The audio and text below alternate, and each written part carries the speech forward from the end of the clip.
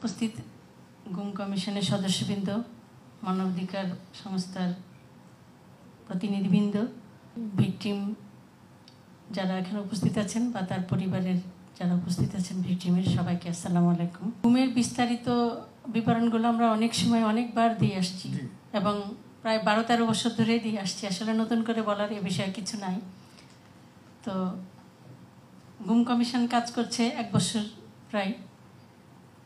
তো গুম কমিশনের সঙ্গে কয়েকবার যোগাযোগ হয়েছে বা আমরা যেটা জেনেছি যে বিষয়টা আমাকে বেশি দুশ্চিন্তা মনে হয়েছে আমার কাছে, যে একটি বিশেষ বাহিনী যে গুমের সঙ্গে জড়িত ছিল, সেটা র্যাবেয়া ছিল, ডিজিএফআই ছিল, সেই বাহিনীর কোনো সহযোগিতা কিন্তু এখানে পাওয়া যাচ্ছে না যেটা, এবং তাদের সহযোগিতা না পাওয়া গেলে এই গুমের বিচার প্রক্রিয়া কিভাবে এগিয়ে নিয়ে যাবে সে বিষয়ে আমি আসলে একটু দুশ্চিন্তা আছি।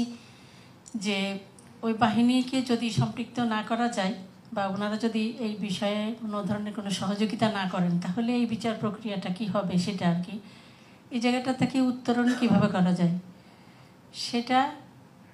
আর আইন যেটা গতকাল যেটা খসড়া আইন অনুমোদন করা হয়েছে, সেখানে কিছু আমাদের কিছু গ্যাপ যেটা বলবো সেটা লক্ষ্য করা গেছে। সেই বিষয়গুলো যাতে পূরণ করা যায় এবং সেই আইনের সংশোধনের সময় গুম পরিবারের কোনো প্রতিনিধি যাতে সেখানে উপস্থিত থাকেন এবং তাদের বক্তব্য তারা দিতে পারেন এবং সেই বক্তব্য যাতে প্রতিফলিত হয়, সেই বিষয়টা আমি বিশেষভাবে অনুরোধ করছি।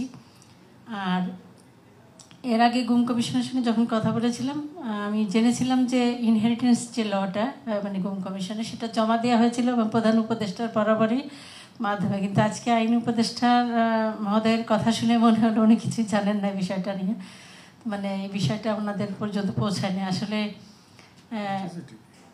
এটার কিভাবে কতটা গুরুত্ব হচ্ছে, গুরুত্ব কতটা তাদের কাছে, আমার কাছে আসলে অতটা মনে হচ্ছে না যে ওনারা এই বিষয়টা অত বেশি গুরুত্ব দিয়েছেন। যাতে বিষয়টা গুরুত্ব পায় সেটা আমাদের প্রত্যাশা থাকবে।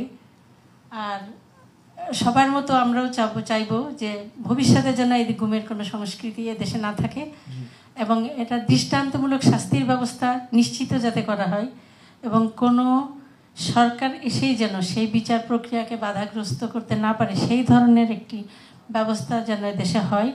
কারণ আমাদের মতো অসংখ্য পরিবার যারা এটা গুমের শিকার, যারা এই এতদিন ধরে যারা এটার সঙ্গে সাফারিং এসে, আমাদের সন্তানেরা স্বাভাবিকভাবে বেড়ে উঠতে পারে নাই।